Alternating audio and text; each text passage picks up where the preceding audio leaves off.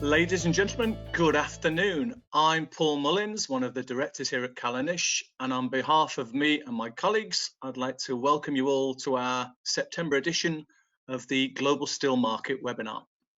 So without further ado, I'm going to flip over to Milan, where Emanuele Nosa will give us an update on what's happening in the European region. And Emanuele, look forward to hearing your thoughts. Thank you.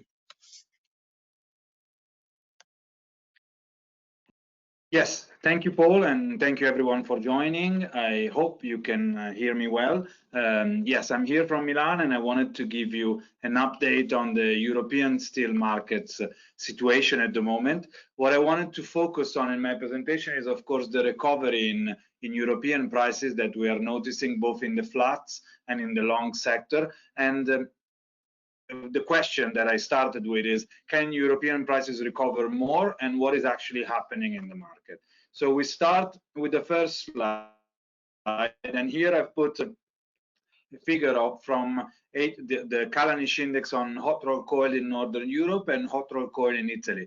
As you can see here, from the beginning of July, the recovery has been quite rapid. So Italian hot rolled coil almost recovered by 20%, North European recovered by 18%, and in many ways, the rapidity of this recovery outpaced a lot of the outlooks that we had and that we heard in the market. So definitely prices are on the rise.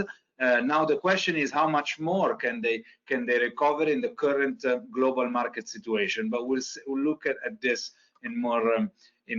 with more attention later. Let's start with hot rolled coil. Again, as I told you, a recovery of around 20% from the low level registered in July. So during the summer, in a usually very slow period, we had a quick recovery. You can see in the chart here that Italian hot rolled coil moved, the transaction levels moved well above 450. That was the first, let's say, target level for the market to return at. And the Northern European prices are also moving a little bit more towards the 500. They're not there yet in terms of transaction, but they're moving up. So now, if we see the trend, a general negative trend since beginning of 2018, we can see that this recovery currently is probably the quickest we have seen in the last 2 or 3 years. Now the question is, if this is the preparation of a stabilization and then further recoveries, or if this was just a blip in the current situation in which clearly coronavirus is not completely under control yet, particularly in Europe, where we're seeing a second wave of contagions, of course, continuing. In regards to long products, again, recovery, not similar in a way, because the recovery has been less accentuated in a way, but it's also fair to say that the price of rebars, both in Italy and in Northern Europe, dropped less than hot rolled coil prices. So the recovery has been still quite important, even though it doesn't show this spike that we saw for hot rolled coil. I would like now to ask Paul to bring up the poll and to ask you all a question so that we can discuss about it. Thank you, Emanuele.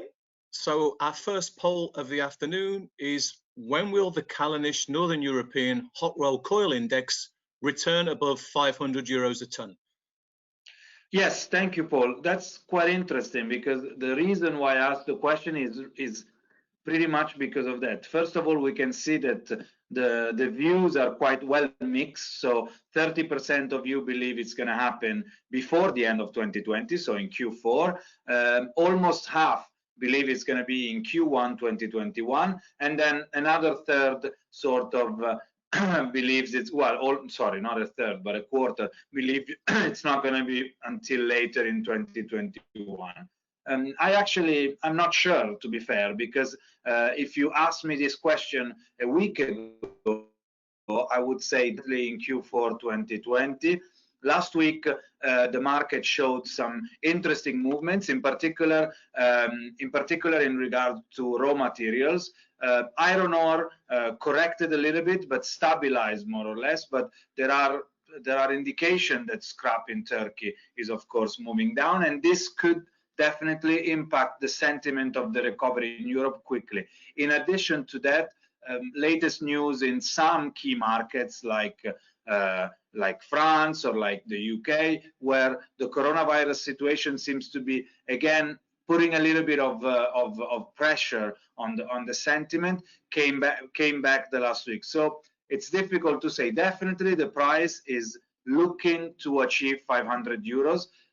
Now the question is, if the momentum remains in the market, then it's going to be a very quick recovery, definitely before the end of the year. But let's see. I think the next few days will be key to understand what's the momentum in the European market, even though demand is clearly coming back. So on the demand side, I think the recovery is happening, and there is a lack of material in the market. The problem is, if the sentiment changes quickly in Turkey in particular, something could change.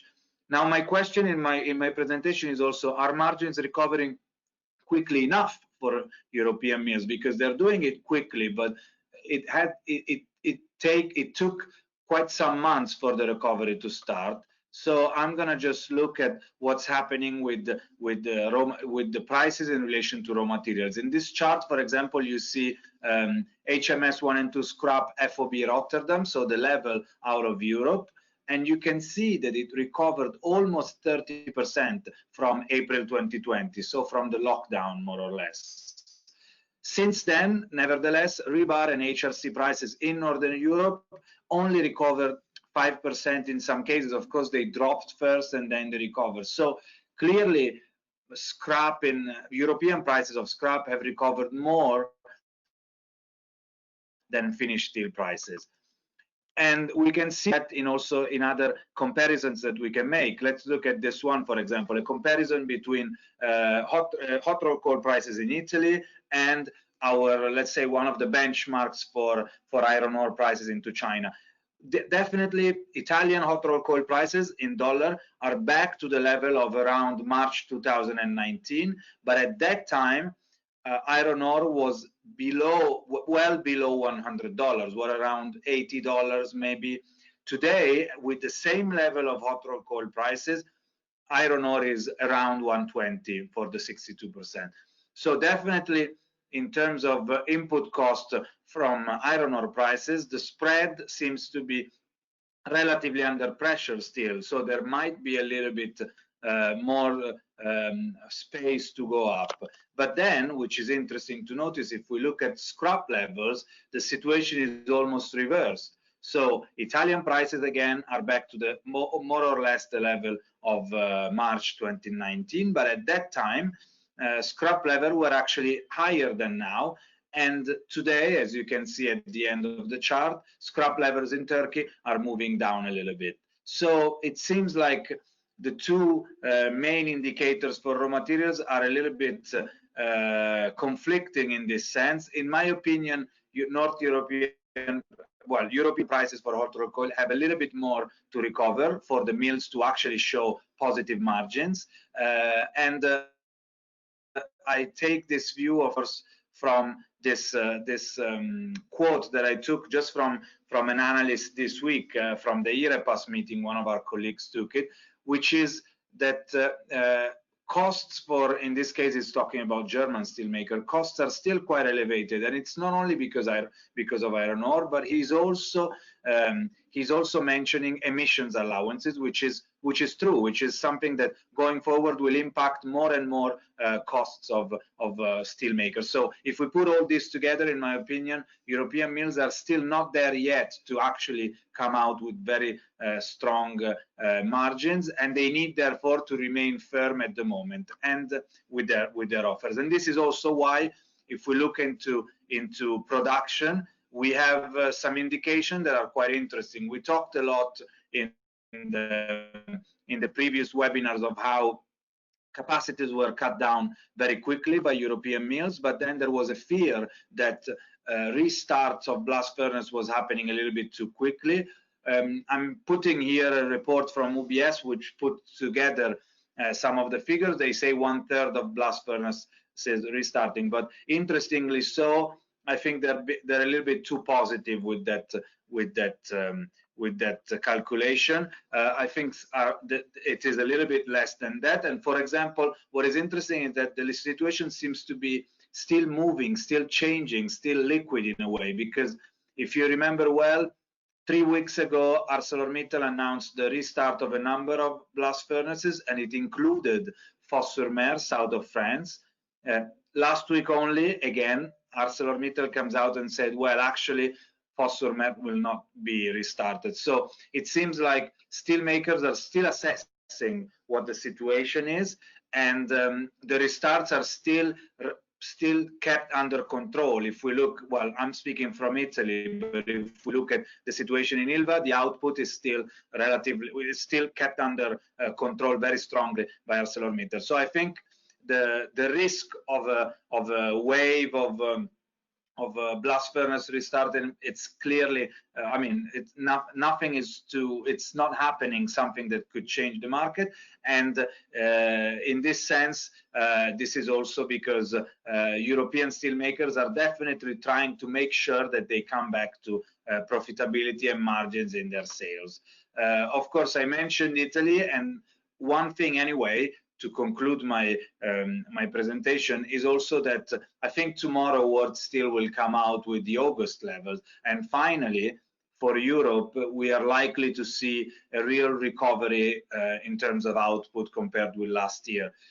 Italy already came out with the figures, I think 2 days ago or yesterday, I don't remember, and you can see for the first time since coronavirus, of course, that the output in August was 10% above the one in August 2019. So by tomorrow, we should have more indication on Europe, but clearly the output is picking up. And of course, we need to keep track on what's happening with output, what's happening with demand, and then the underlying question, which is prices. And if it's true that raw materials prices, in particular in Turkey, are moving down, then an impact could be coming into Europe quite soon.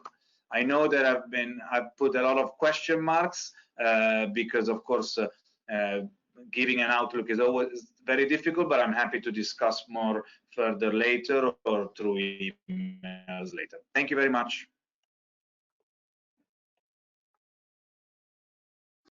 Thank you very much, Emanuele. And you nicely lead into a point there, which is if you have any questions, as Emanuele just intimated, please submit them on the question bar on the right, and we'll gather them together at the end and talk through them as a panel.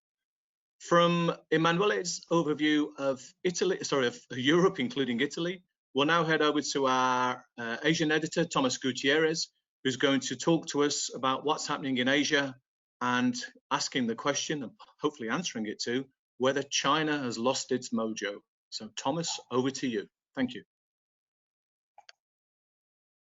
Thanks, Paul. So as Paul just said, my presentation's about China and whether it has lost its mojo and the impact that might have on other markets in Asia and elsewhere. To start with, let's just take a look at things and how they've developed over the last month. Demand had been expected to increase through September and October. Demand has, in fact, picked up, but expectations were very high and they were slightly disappointed. If you look at inventory levels, then there was very little decline in inventories, and now there is a slow but fairly steady increase in inventories. And that's obviously impacted the market, starting with a fall in HRC, but then also dragging down rebar prices in the last week or two. That's been partly also due to the fact of the holiday coming up. There's an 8-day holiday at the start of October. That's the Chinese National Day plus Mid-Autumn Festival. There had been some restocking expected. Construction companies in Eastern China have not been able to maximize output before the holiday, and that's really been due to weather. Then there's also a bigger issue with iron ore, which we'll take a look at in a little bit. If we look at where our delegates expected prices to be. This is the results of our poll last month.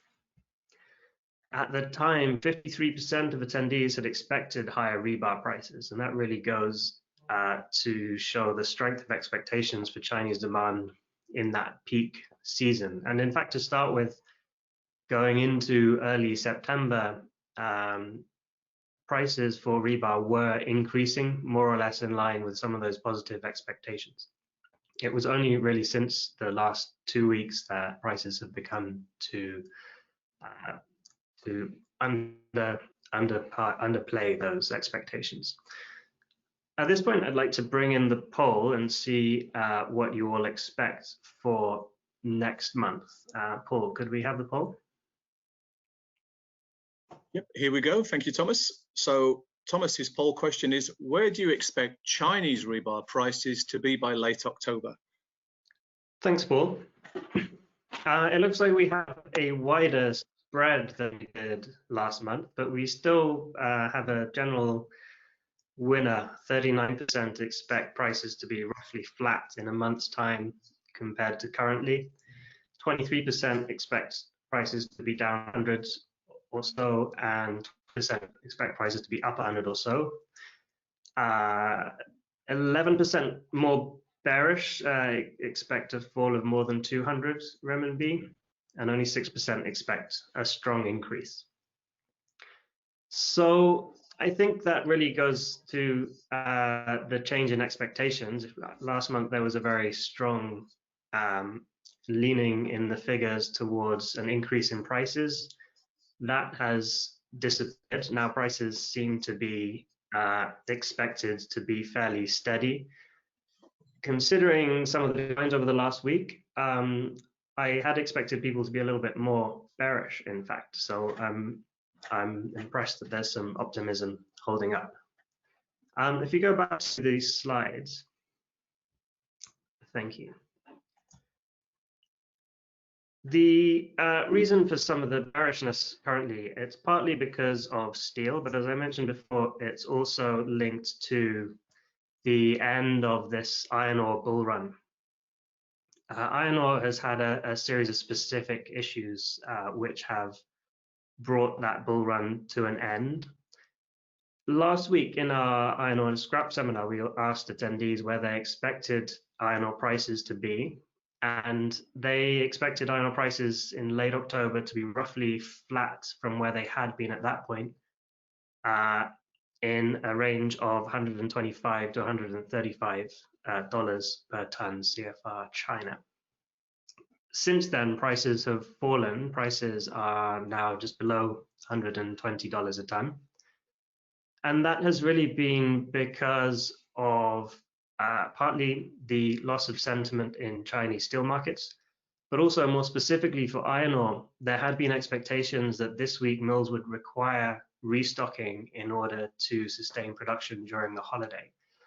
And restrictions in Tangshan have resulted in iron ore being unable to leave ports in Tangshan. And so for one of the largest iron ore markets in the world, that restocking was effectively blocked administratively. And so that has had a very serious impact on the level of buying, and especially relative to expectations of an uptick in buying. Now, going into October, there's a question over what that means and how far prices are likely to fall. It's worth bearing in mind that October will still see fairly strong steel demand, and mills are likely to return to restocking. And so it will not be a steady decline through October. There will be moments of strength. The weakness in the outlook for China is really weakness in the longer term into Q4 rather than in October. So it is still possible that we still see prices rebound after a decline, currently rebounding towards the end of October. So to kind of sum up the situation currently before we move on, the key issues are that even though Chinese demand has improved, they have not It has not hit expectations. And this is creating a number of secondary impacts, which are of particular relevance to the steel industry elsewhere. In particular, Chinese import demand is no longer able to sustain international prices. That's partly because of the loss of confidence, but it's also a seasonal issue, because obviously imports purchased now would now be arriving in China well after the period of peak demand, and in a period in the middle of winter where seasonally Chinese demand is at a weaker level. China is also returning to export markets. This does not mean that China is about to become imminently a massive exporter of steel, but China is a little bit more active, especially in the last week or so in Southeast Asia for hot rolled coil, for example, which again we'll look at in a chart in a moment. And then going on, there are deeper issues over 2021, which I will finish up with at the very end.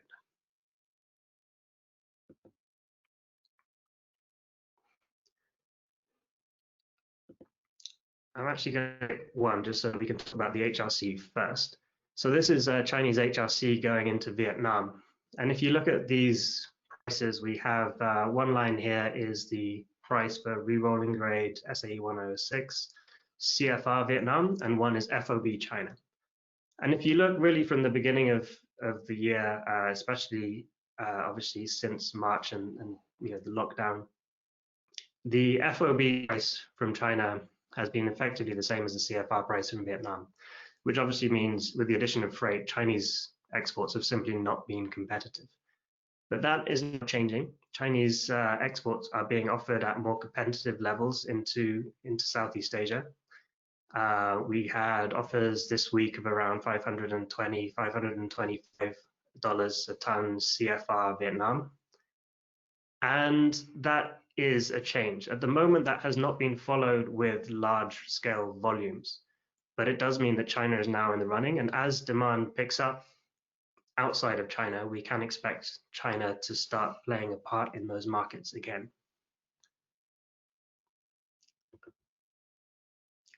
Okay, and I'm just going to backtrack slightly to Chinese steel demand this year, because this obviously ultimately decides how much China is going to be exporting.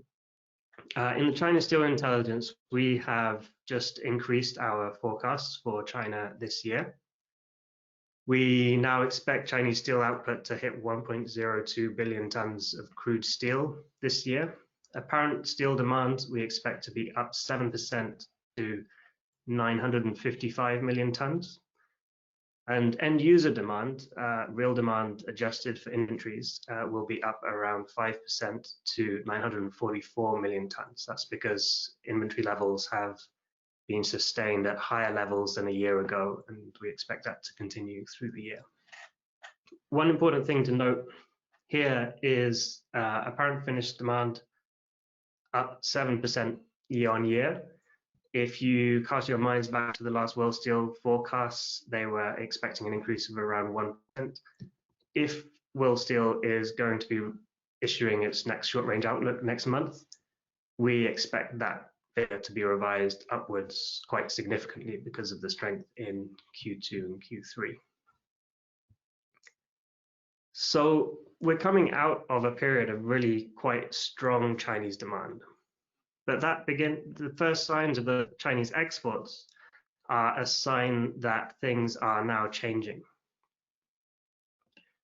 And that's not only the current loss in sentiment, there's also a series of longer term issues which markets outside of China and in China need to begin thinking about more seriously. China's economic framework is shifting. It's a very important period currently for China economically, not only because of the virus, but also because China is in the process of launching its new 5-year plan. It's also in the process of restructuring a series of industries as well as the economy overall. And it's also, as we heard this week, launching a series of new environmental targets, which will also have an impact on various sectors of the economy. So the new dual circulation framework for the economy basically implies that China aims to move away from its traditional investment-heavy model of growth towards stimulating consumption and technological upgrading. That's going to be a fairly significant shift. It's one that China has already tried to carry out. In particular, in 2019, on the financial side, we saw attempts to restructure the economy, which made some headway, but not sufficient. That has been interrupted by the coronavirus. Obviously, the response to the coronavirus has been very investment heavy and very stimulus driven. But China is now pulling back from that, and that is going to mean an issue for construction, for infrastructure, for engineering. Money going forward is going to be going into building chips and financial technology and internet and artificial intelligence innovation. And that's going to be taking resources away from the really steel intensive sectors going forward. Then there's also another issue which we've spoken about before, but I'm happy to say more about in the questions if people want, which is the opening up of scrap markets in 2021. This is going to mean a fairly significant disruption for international scrap markets, but it also then has a number of knock-on effects for the steel industry in that it will have a role in rebalancing Chinese steelmaking costs and linking them more directly into international markets. And that's going to mean international trade in steel is going to be very important to keep an eye on going forward. I'm going to leave it there, but I'm going to be around for questions at the end. So please do ask your questions. But for now, I'm going to hand over back to Paul. Thank you, Thomas. Really interesting as usual. China, such a dominant force in the global market, even more so in the last 12 months or so than in the previous decade or so, which is an appropriate point for me to point out that on the 21st and 22nd of October, we'll be holding our virtual Asia Steel Markets conference. We usually hold this in Vietnam, and it's usually held in sort of April, in fact, yeah, middle of April each year. This year, for fairly obvious reasons related to the pandemic, we were not able to do so. We will be holding a physical conference next April, at least we intend to, as currently things stand. But in order to satisfy demand for information on the market and on the region for this year, we're putting together it's basically a package spread over 2 days. It'll be held, I think it's morning European time, afternoon Asian time. And that'll be spread over 2 afternoons, the 21st and 22nd of October. So please feel free to contact any of your Kallanish colleagues to know more about this, or you can visit our website at www.kallanish.com, where you'll be able to see more of that. With that out the way, we'll now go to the third and final presentation, where my colleague Dan Hilliard in Pittsburgh will give us an update on what's happening in North America, another region with a lot going on. So Dan, can you please shed a bit of light on what's happening there? Thank you. Thank you, Paul. Good morning, everyone. I am Dan Hilliard in North America, just outside of Pittsburgh.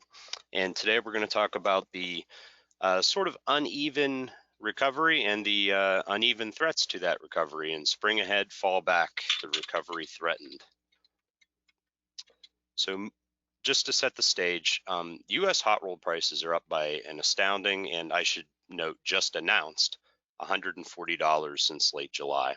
That's made up of 2 back-to-back $40 per short ton increases that were accepted by the market fairly readily, and a most recent $60 per short ton push led by U.S. Steel that's received a good deal of skepticism and a good bit of optimism as well. The rationale surrounding the increases is confused, for lack of a better word. Mills point to surging demand as evidenced by their lead times, which are now into the October-November timeframe. Buyers say demand is really doing no such thing. Availability is tight due to outages, and the raw material pressure is very real. Another sort of wishy-washy way to look at it is I'm sure that lead times are indeed extended to October, November. How much of that is due to base loading from auto, which continues to struggle to recoup ground lost during the early stages of COVID, is unclear at this moment. Basically, it doesn't really matter. Prices are definitely heading up. Hot rolled is now hovering around the 600 per short ton mark, and that trend is likely to hold or even continue for the immediate time being. So just a quick look, you can get an idea of the trajectory since the beginning of the year. You see almost a steady state until March, the obvious very sharp drop off when COVID becomes a global concern. And then the fit and start recovery up until very recently, where that curve sort of started to gently slope up in a meaningful and predictable way. And that's really what you want to see in recovery. You don't want to see the spikes and troughs as much as the slow upward curve. So good news if you're looking for that in the US market. So let's take a look real quick at potential late year stumbling blocks. The Q3 earnings are almost upon us. Guidances are all now out, and we should start seeing the actual earnings roll in soon. Electric arc furnaces made out very well during the quarter if guidances are anything to go on. Nucor, Steel Dynamics Incorporated, they all said that profits would be up versus Q2, down versus Q3, but that's in line with the general economic recovery in the US. Integrated mills, surprisingly, are set to report losses, US Steel most notably. And that's sort of hard to square with the fact that the integrated mills benefited most from the return of auto, or the early return of auto. And the integrated mills are the ones that were able to lead the price increases because they had base loading from auto and they had the extended lead times. So I guess there's a couple ways to look at that. It's sort of a double-edged sword. The integrated mills were able to raise their spot prices and keep the market stable at the expense of not being able to actually capitalize on those spot prices themselves because their mills were full up with contract auto demand. So it's a little bit of a funny situation where the integrated mills probably contributed fairly heavily to the electric arc furnace profitability in Q3 at their own expense. That is likely to even out over time as the new contracts come up for negotiation and the integrated mills jump back into the spot market. But just in this extremely brief Q3 snapshot, it looks as if the electric arc furnaces were able to benefit from the integrated mills taking on the auto capacity and driving up average lead times. So overall, a very interesting and solidifying recovery in the US with some major stumbling blocks, the least of which being, of course, the plague. And by plague, I mean, of course, the November election. COVID-19 is moving the market. There's absolutely no doubt about that. The Motley Fool noted that steel stocks fell by more than 10% this week on average, when general stocks fell 2 to 3%, and that was due to fears of a fall surge due to the schools reopening and other factors, and the possibility of new or even increased restrictions in the US, both on social distancing and businesses opening. It's very uneven due to our state system, but if we see a general big surge in the US, it wouldn't surprise me if new or more stringent restrictions came about. Election concerns, though, are a much bigger structural problem for the steel industry, and that is evident from pretty much any angle. Auto is under pressure to reduce emissions. Energy is in absolute crisis, especially as regards the rig count. The environmental standards are uncertain and in some cases not really being enforced due to the COVID situation. Trade policy is up in the air. Trump's 232 tariffs are a traditionally democratic move, if Trump does not succeed in gaining re-election, Biden is very likely to continue his 232 tariffs with some minor adjustments regarding which countries get quotas and what those quotas are, and whether or not the 232s will be used in a political way as Trump used them against Turkey. Lots of different questions on the trade front. A new Supreme Court battle looms. That was the giant news over the past week. For those who don't know, the Supreme Court has 9 justices. It, up till recently, was a 5 conservative, 4 liberal split. One of the storied liberal justices, Ruth Bader Ginsburg, passed away, and the president has the power to appoint new Supreme Court justices in that situation. Supreme Court justices are appointed for life, and they're one of the only U.S. political positions to be that way. They're unelected, appointed, and for life. So that puts an enormous ball in President Trump's court right before the election. So that's going to be huge for any kind of election news coming up. And more broadly, it's big news for the life of the justices. If the court swings to a 6-3 conservative liberal split, you can pretty much expect rubber stamping of conservative policies as long as those judges are alive, and most of them are on the young side. Last but not least, the U.S. government was just on the verge of another shutdown. The House has passed a bill, I believe it was this morning, to avert that shutdown. It's temporary. It's not a new funding measure, but it's just one more piece of the big uncertainty puzzle that makes up the U.S. steel market right now. At this point, I would like Paul to bring up the poll, and we're going to talk a little bit about the supposed holiday shutdown. Paul? Thank you, Dan. So a nice simple question from Dan is, will there be a general holiday shutdown this year for steel? Okay, thank you, Paul. So those answers are not entirely surprising. We've been hearing for a little while that COVID-19 has obviously changed the landscape of the steel industry significantly in many ways this year, but one of the big ones is the traditional Thanksgiving to New Year's Day shutdowns are probably not going to happen. They need to recoup lost ground. And I would tend to agree with that. And a 62%, 38% spread is also about what I would expect, depending on what segment of the market you're looking at. If you're primarily looking at hot rolled and auto, I would not expect much of a shutdown at all, because the autos are desperate, absolutely desperate, to recoup that lost ground and get their total unit counts up.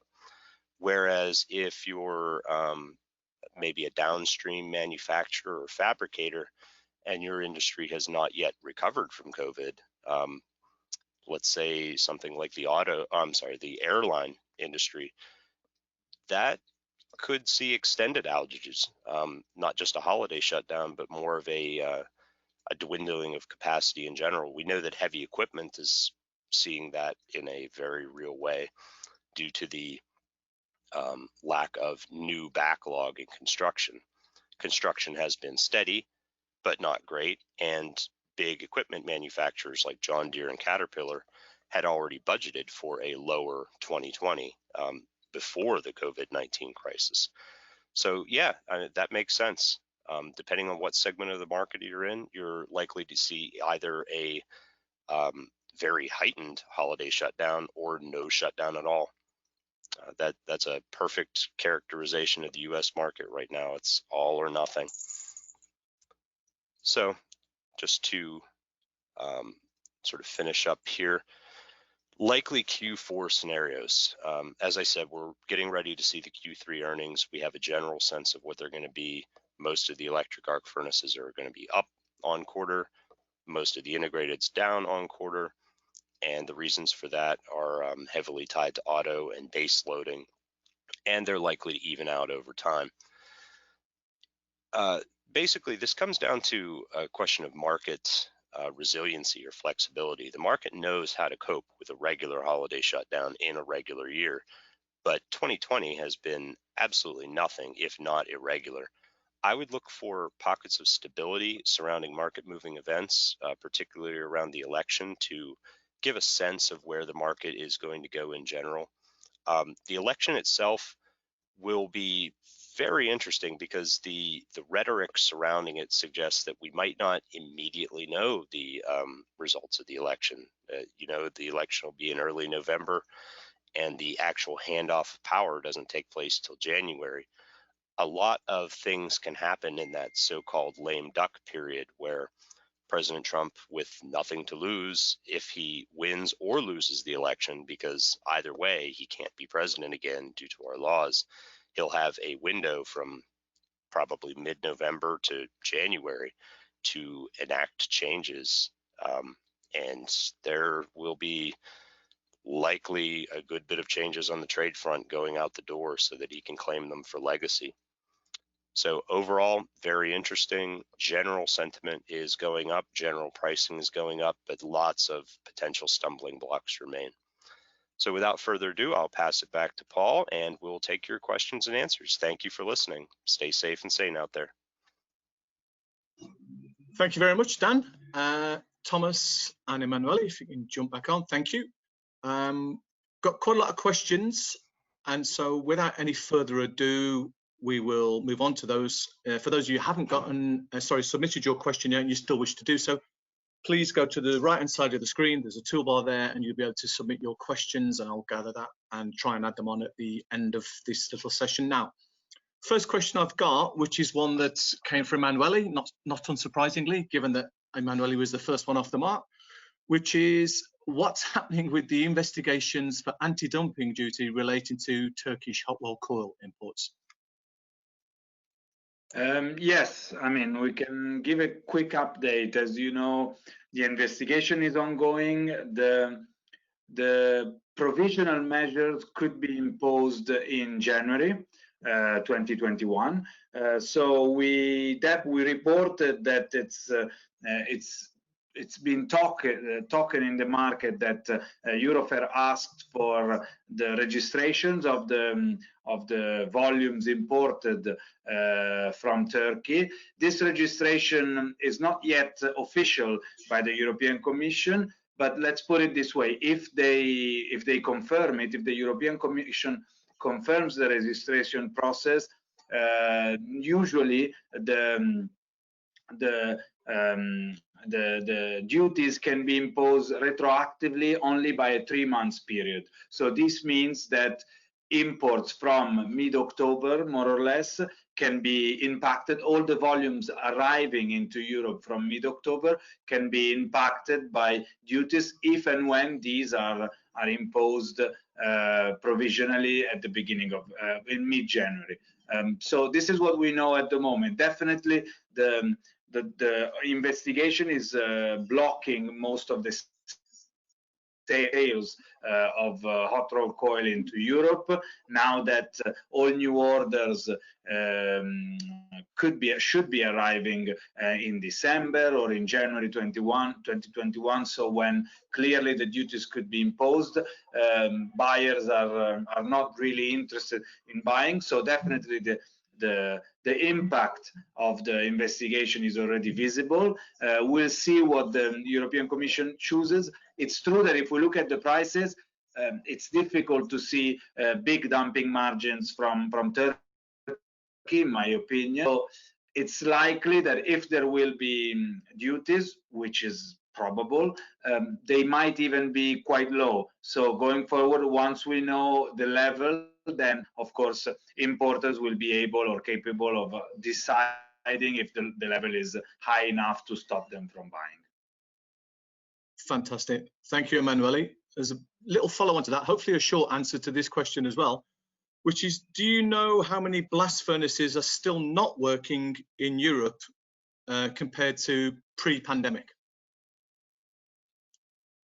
More or less. I mean, we told that around 30% of the ones that were idle were started. This is more or less true. General term, the important ones you can see in a map. As I said before, there is one in south of France at Fos-sur-Mer, which is still idle. At Ilva, you have two that are idled in Italy. In Germany, ArcelorMittal has two other blast furnaces idle, one in Bremen and one in the other plant, which is Duisburg, I think. So mostly, and then of course, if you go up north in Sweden and Finland, SSAB has, I think, two blast furnaces idled. So clearly, only part of the ones that were idled came back. And don't forget that in some occasion, like for ArcelorMittal, it was only done because other blast furnaces like the Ghent one in Belgium were taken down again for relining. So more or less, I think it's around 10 that are still idled. But we have a list. If anyone wants to get in contact, I can share the list as well. But it's also, what is interesting is that it's still very fluid, the situation. So it's every week we receive new information, which shows how quickly the mills are reacting, in my opinion. Thank you very much, Emanuele. I'll go into a slightly broader question now, which is that we're now 2/3 of the way through 2020, certainly in terms of official results, which have been published on a regional basis and by World Steel.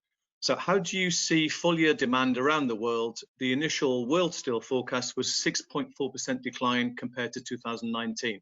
So I'll come to each of you together, but I'll start off with Dan in North America. Thanks, Paul. The demand picture in North America is interesting. As I said before, there's a giant push to get the total auto units up. So hot rolled demand is fairly steady. That's being offset by a lack of demand from pipe and tube, obviously, because energy is in very bad shape, and sort of knock-on demand from construction, the HVAC, white goods, that kind of thing is subdued. Construction is steady, but there's not a giant backlog developing. The real estate market is really tight. No one's moving around very much. They're not buying new washers and dryers. And the economy is depressed in general. So it's not surprising that the demand draws are to be found where they're at, basically, industry by industry. It's hard to make a general statement that demand is going up or down. It's very patchy and uneven. Where it's going up, it's going up strongly. Where it's stagnant, it is very steadily stagnant. Thank you, Dan. Interesting times. Thomas, I'm sure you have a strong opinion on this. Yeah, Asian steel demand this year will be up year on year, but as Dan said, it's really patchy. It's basically just China. Chinese demand, as we said in the presentation, will be up very strongly, 7% for apparent demand and 5% for real demand. Other markets have been much weaker. So every other major market has been weaker, basically. But you do have in Japan now, there's been some recovery in automotive. So we had JFE restarting a blast furnace this week. So that's the first real restart of capacity. In Japan, it's nowhere near the level that it was a year ago, but it is starting to pull up maybe out of its dip. For Southeast Asia, the Southeast Asian Iron and Steel Institute had demand this year down 2.8%. I think that's possibly optimistic. I think since they made that forecast, a lot of Southeast Asian economies have remained fairly inactive, and infrastructure and construction has been hit quite hard. So Southeast Asia will likely be down by more than that. But as I say, for Asia overall, China will be driving growth, and so that's why I do expect World Steel to up its apparent demand forecast for this year on the basis solely of a stronger China. Thank you very much. Emanuele? Yeah, very quickly. I just report what I heard, and I think in Europe there is a sense that if we close the year with a demand that it's down 15, 18%, so less than 20%, we can be happy about it after the what happened during March and April. The good thing, in my opinion, is that demand is picking up relatively well in most markets at the moment, and that the outlook for some key sector like construction, particularly thanks to the investments of hopefully the recovery fund at a European level, but local investment as well by government, should really boost sector going forward at the end of 2020 and the beginning of 2021. But for this year, I think only China will drive demand and Europe will be down. But again, if we can close with a minus 15%, it would be relatively positive. On that topic, and I'll stick with you, Emanuele, what I know we're looking at a very, very fluid picture at the moment. What do you expect to be the biggest influences on demand on the steel industry in 2021? Well, for Europe, as I said, I think the recovery fund, the need to invest for a recovery, which is going to go through mainly investment in infrastructure and construction projects throughout Europe, of course, I think it's going to be the main driver. So as we all say, automotive is always something that we have to look at, but we as Europe, globally as well, but Europe in particular, we entered the coronavirus crisis with an automotive industry that was already shrinking, that already facing a lot of troubles, and these troubles are not over yet. The troubles of the big changes happening in the automotive sector are not over.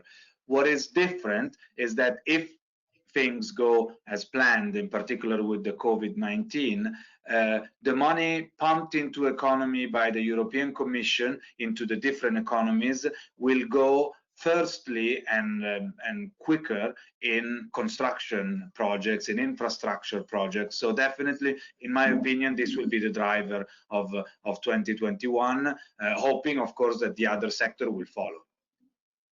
Thank you. And Thomas, you alluded to the 5-year plan earlier on, which is obviously being drafted probably as we speak and will be rolled out in the early part of next year. Are there any early indications as to where the key sort of strategic lines will be for the steel industry in response to the direction of travel that the leaders of the country will be putting in place? It's very hard to be specific, but there's a few kind of key trends, I think, which makes sense to follow through. One is that consolidation has always been a target for China. So China's always had this target of having, the top 10 steelmakers account for 60% of the market, and it has never achieved that. It's been saying that for more than 20 years now. But what has changed is that this government is now very centralized and very powerful.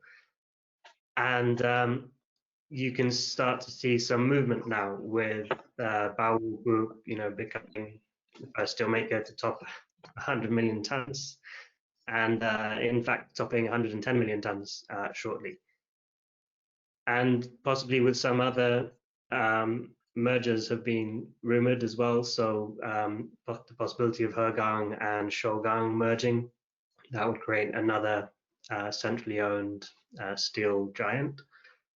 And that is important not only because of what it means for the steel industry itself, but also because it allows the government to push through other policies that are in the 5-year plan. So that includes increasing automation in the steel industry. It includes reforming environmental standards in the steel industry.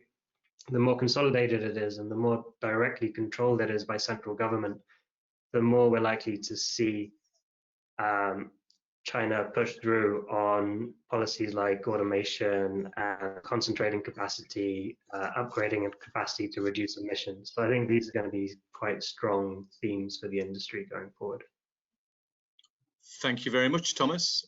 Dan, would you have anything to add to that? You've probably got a long list given where you are in the fourth quarter of this year. Yeah, so again, the demand picture in the U.S. is bizarre, for lack of a better word.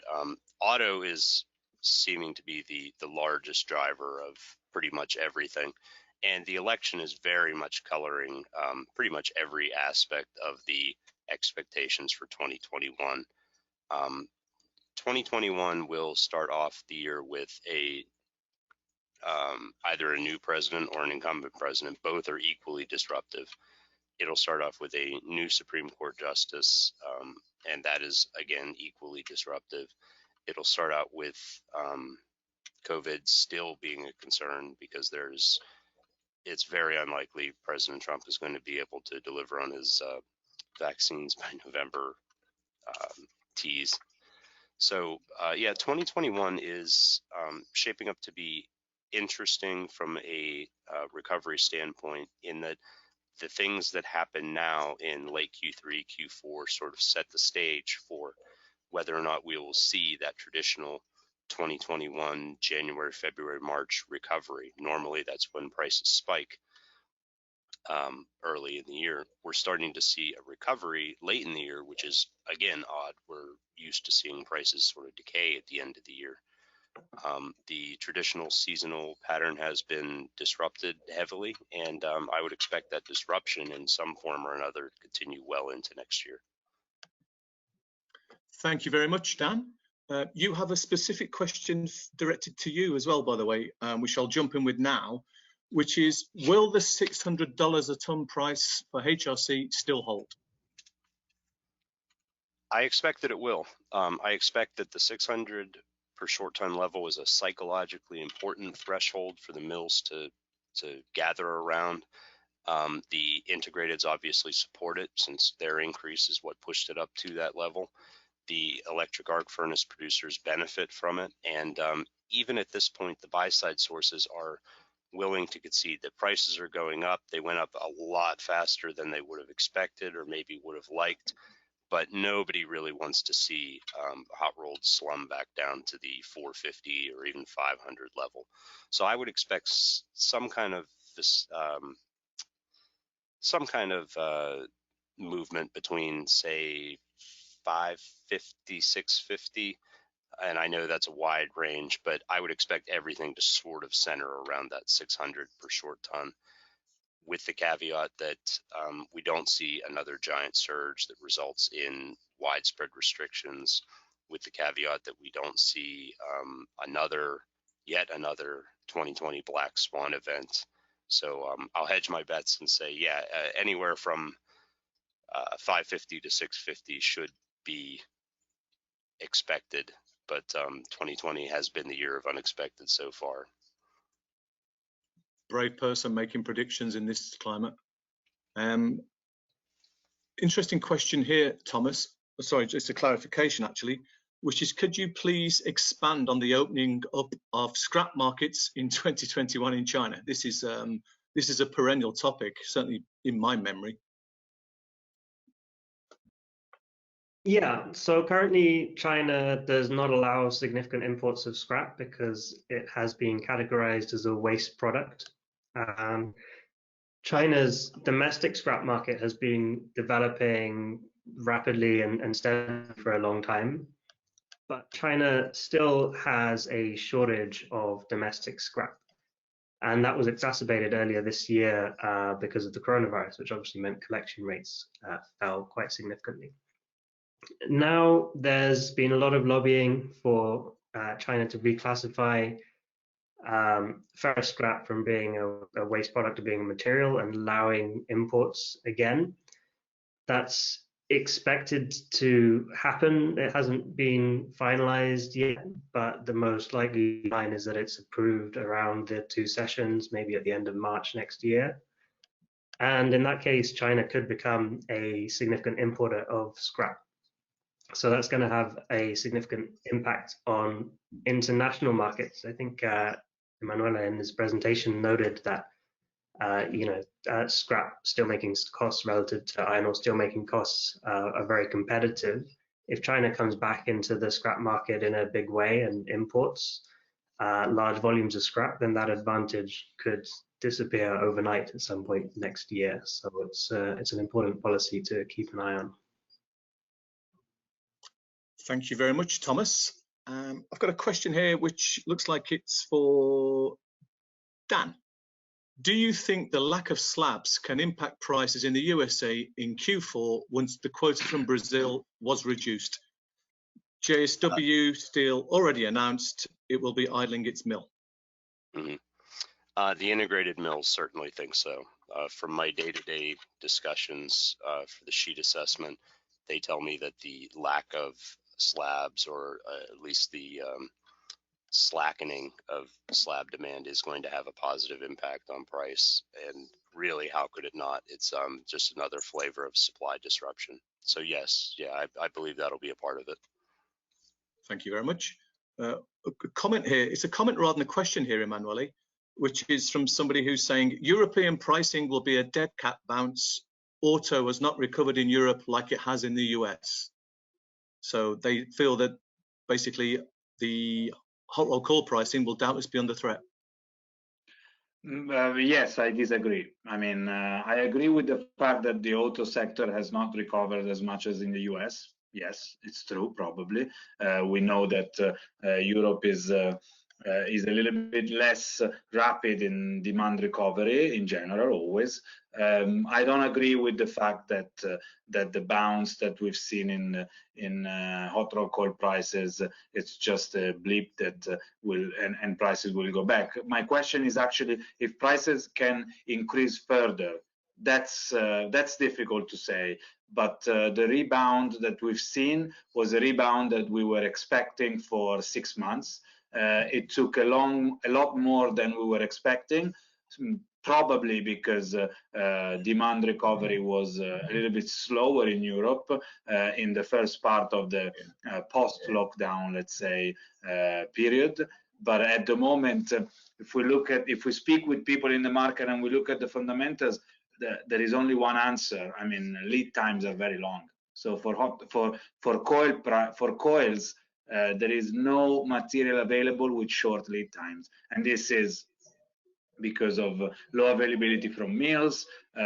Imports are coming in, but new orders are very few made, and the situation with imports is not going to get better in the next quarter, because yes, we will have new quotas available, but with Turkish, for example, hot rolled coil being impacted, there will be less imports from them. And anyway, I don't see a big change in imports. So overall, I think the question is more if the prices can go up more, which I don't know if they can, but it's unlikely that they will move down rapidly in the next months, let's say.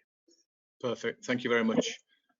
Thomas, a question very much focused on you and your expertise, which is when will Chinese steel exports increase significantly again? Which you did touch on in your presentation, but this question came up just at the end of your presentation. Yeah, sure. So there's an increase in export activity at the moment, but it's not a really sharp increase in volumes. The key thing is going to be what happens at the end of the year. So at the moment, Chinese mills are offering November shipment into Southeast Asia for hot rolled coil. That means that if you're looking at volumes, then November shipments seem still pretty quiet. You might have a pickup in December, but really you're not looking until the start of next year in terms of volumes. In terms of actually making those deals, though, the end of this year is likely to see lower domestic steel demand. Chinese steel production will probably be lower as well, but there's probably going to be more of a supply. As I mentioned in our demand forecast, domestic inventories are also higher year on year, so there's not a lot of demand from restocking. And in terms of the outlook for Chinese domestic mills, they're, instead of looking at a period of very high stimulus, they're looking at a period when economic policies are probably going to be less focused on stimulus and more on restructuring. And one final point is that in Southeast Asia, you're kind of seeing the opposite, where actually economies are coming out of the rainy season, starting a period of greater economic activity, and in a period when they all realize that they need to stimulate their economy in order to regain some of the growth lost. So at the end of the year, you're quite likely to see high Southeast Asian steel demand, low Chinese steel demand, and a strong incentive for mills to export. So you might see higher volumes December, January, February. You might start to see China becoming a major exporter again. Thank you very much. Dan, a nice one for you. Haven't heard this word for a few months now, but is Steelmageddon and the increased supply situation still a structured threat to steel prices? And it might be worthwhile there that if you just explain the Steelmageddon phrase before you answer the question. Sure thing. Steelmageddon was coined by Bank of America Merrill Lynch as a descriptor for the situation where the massive profits that the steel industry enjoyed as a result of the 2018 tax reforms and 232 maneuvers allowed them to invest giant amounts of capital in a lot of new domestic flat rolled capacity. Much of it centered around the South, much of it centered around the Southwest, and aimed at the auto transplants in the South, Southeast, and Mexico. So Steelmageddon is this idea that's in the 2020 to 2022 timeframe, we're going to see a huge increase in domestic flat roll capacity, and that's going to permanently depress prices, or at least force consolidation to avoid permanently compressing prices. Oddly enough, that is still a threat. Most of the big mills have said, yeah, we're sticking with that original project. COVID is eventually going to be managed, and we decided to make these multi-billion-dollar investments with an eye towards the future. And for many of the mills, the future is better, more technologically advanced steel production for the next gen of cars. And there may have been some regrets in some boardrooms when COVID became a situation, and more importantly, the global oil price tanked as a result of the fight between OPEC and Russia, because at least, well, I don't want to put a percentage on it, but much of that new flat roll capacity was aimed at making scalp for pipe and tube, which sort of jumped the shark in 2020, didn't it? The global oil industry suffered a blow in 2020 that it may never recover from, and with the U.S. being such a huge part of the active rotary rig count of the world, that's where most of the scalp was going to be consumed for new drill pipe. That flat roll capacity might find a home somewhere else. It might be lumped into the existing consolidations that will definitely occur, or it might be mothballed. It's really hard to tell at this point. Steelmageddon is still a threat. What kind of a threat remains to be seen. Thank you very much. Thomas, an interesting question, partly interesting because it's a market we haven't mentioned yet. It's reference to the fact that China's having a problem locally with demand at the moment, which is why they'll be looking at export. Unfortunately, there is another HRC market driver in India. India is enjoying local demand at the moment. What's your opinion about India, and when will they be turning up in the export market? Now, my recollection is that India's actually been exporting quite a lot in the last few months, but I'll let you, as our resident Asia expert, answer that one. Yeah, sure. So India comes and goes. It's been an increasingly significant player in export markets, especially for flat products in Southeast Asia. It's been growing in importance as capacity grows in India. And really, in a similar way to how China developed in the early 2000s, China had India now has strong forecast for steel demand growth, but that has generated investment and capacity is increasing. And obviously, capacity increases in a more steady pace than demand. So whenever domestic demand slows down, India will need to export. We saw strong Indian exports earlier in the year when domestic Indian demand was doing very badly. The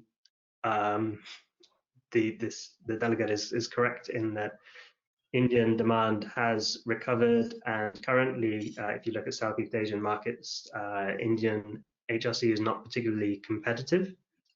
And that's also true, for example, of billet going into China, which is a trade that's now shut down on both sides, both on Indian strong demand and Chinese weak demand. But India isn't done as an exporter. India, although it has had a recovery in demand, also has some very serious questions around the economy in terms of the virus, among other things. And so I do expect Indian demand to be quite volatile for the foreseeable future. I would be surprised if India was not back in export markets soon, at the end of the year. Perfect. Thank you very much, and perfect timing too. I promised that we would finish after 1 hour and 15 minutes, and we've just reached that mark. So, Dan, Emanuele, Thomas, big thank you for sharing your thoughts and for dealing with the questions we received.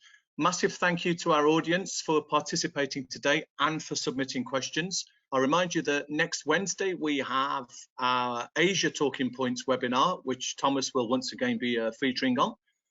Once again, just leaves me to say thank you very much for attending. We really appreciate it. If you have any further questions, any further comments, any suggestions for topics to be covered in future webinars, please drop us a note at, probably easiest is editorial@kallanish.com. We'll take those on board and we'll include your ideas and suggestions in next month's webinar. Until then, just hope you all stay safe, good luck in business, and we'll see you again soon. Thank you very much and goodbye.